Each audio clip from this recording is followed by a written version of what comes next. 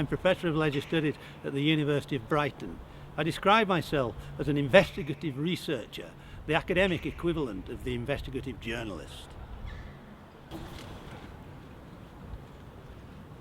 My main objective is to provide well-researched, informed opinion and analysis, challenging the rhetorics and puncturing the myths widely associated with sports, and sometimes peddled by very, very influential sports organisations and institutions. In my research, I question Olympic legacy and also interrogate the motives of those who own and those who run global sports businesses and events. At the more community and local level, like here in Burnley's Turf Moor Stadium, I also ask whether a successful sports team really does reflect a strong community. To fully understand these questions, we need a mix of history and sociology, politics and economics in a critical interdisciplinary approach to analysing what sport really means and where and when it thrives. And also we need to collect evidence of all kinds, for instance documents ranging from parliamentary inquiries to mission statements of big organisations, and also observations of how these organisations work, and interviews, in-depth interviews with the people who dominate these organisations in sport and sport politics. I've worked with Alan in the past, and my personal view from my experience is that Alan's research on international football has informed us of how the global game works, especially in relation to the politics and the power dynamics of international football institutions. UEFA has engaged increasingly in recent years with the academic world.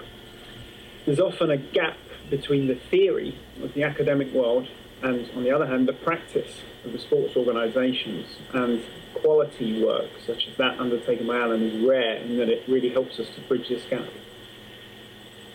Here at the House of Commons, I presented written and oral evidence to the Department of Culture, Media and Sport Committee looking at staging of international sports events, and I've warned of the recurrent problems that arise in looking to bid and to host and stage World Cups and Olympics. National and international media have picked up on my research.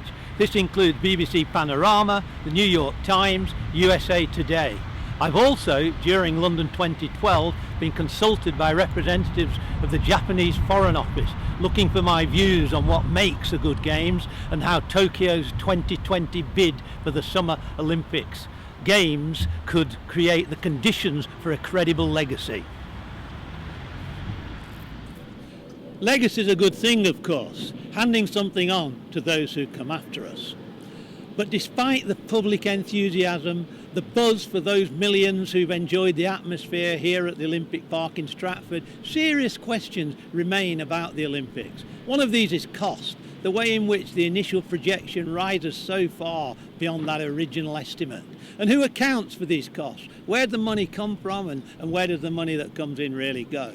And on the legacy issue, whether this is social, cultural, economic, environmental, who are the real beneficiaries of these legacies? For instance, what about the torch relay? Who truly benefits in the mid or long term from the passage of the torch through the communities throughout the country? And the podium policies may have delivered 29 gold medals to Team GB, but these kinds of victories certainly cannot guarantee the broader benefits that are often claimed for the Olympics. Well, Alan, this is fantastic. What's the capacity of the stadium now? It's going to be about 30,000 when we're finished. Obviously it took us 12 years of heartache to get it, and 2 planning inquiries, but I think it was worth it in the end. The effects of my research have trickled down into the community. Some of my PhD students, for instance, have taken influential roles in community development. Dr. Alan Sanders is Joint Managing Director of Albion in the Community here at the American Express Community Stadium. Albion in the Community is the registered charity arm of Brighton Hove Albion Football Club. It originated in 1990, and the first 10 years were concerned with just football coaching, either for holiday clubs or after school clubs. Since that time it has broadened out massively. It now has 9 departments. When I came to work for Albion in the Community, I saw the potential, what the power of sport could do, and I worked with the staff here to try and broaden that out. And I have to say a big influence that has come from Alan. Alan's work with the University of Brighton.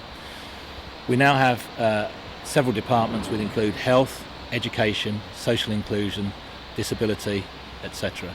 But I have to say that one of the biggest areas that we're now working in is international, and a lot of that is down to Alan. Where we work now is Africa, India and in South America, and it's all a variation on a theme where the football club is a hub of the community where it can be a force for social good.